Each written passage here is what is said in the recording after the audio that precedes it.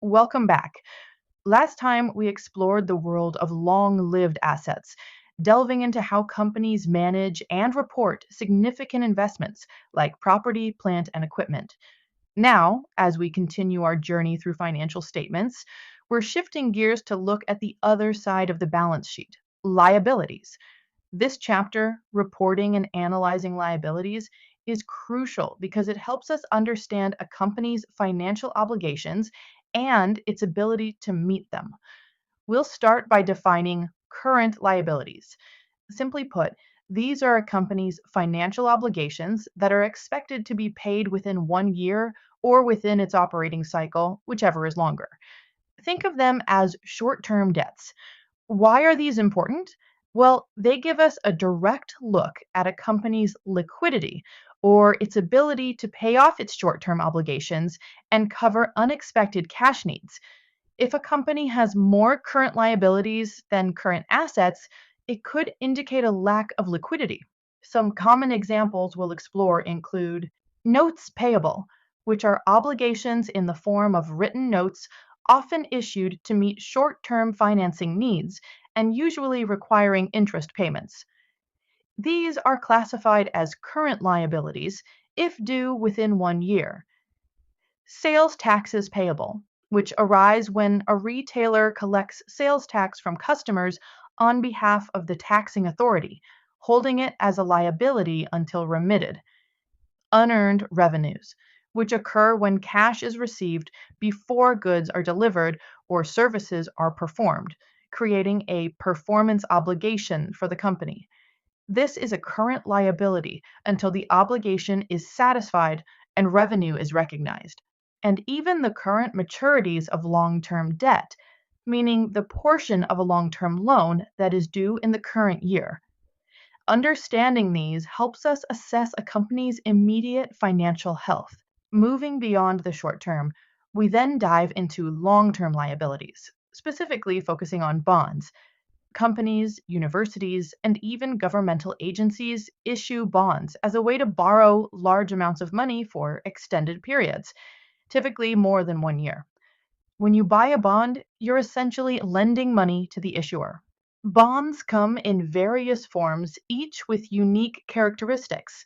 Secured bonds have specific assets of the issuer pledged as collateral, like a mortgage bond backed by real estate, or a sinking fund bond secured by specific assets set aside for redemption. Unsecured bonds, also called debenture bonds, are issued against the general credit of the borrower. Convertible bonds offer the bondholder the option to convert them into the issuer's common stock, which can be an attractive feature for investors if the stock price increases.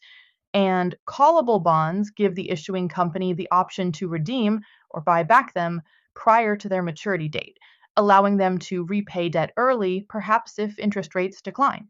We'll also discuss how bonds are issued. They can be sold at their face value, which means the contractual interest rate matches the market rate. However, they might also sell at a discount if the market interest rate is greater than the contractual rate, or at a premium if the market rate is less than the contractual rate.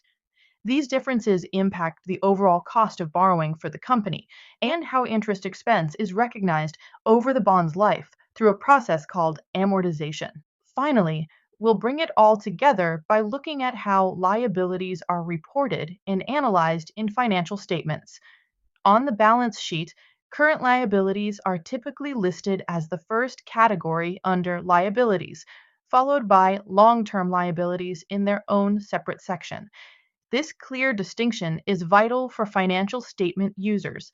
For analysts and investors, understanding a company's liabilities involves looking at key financial ratios that highlight its financial strength.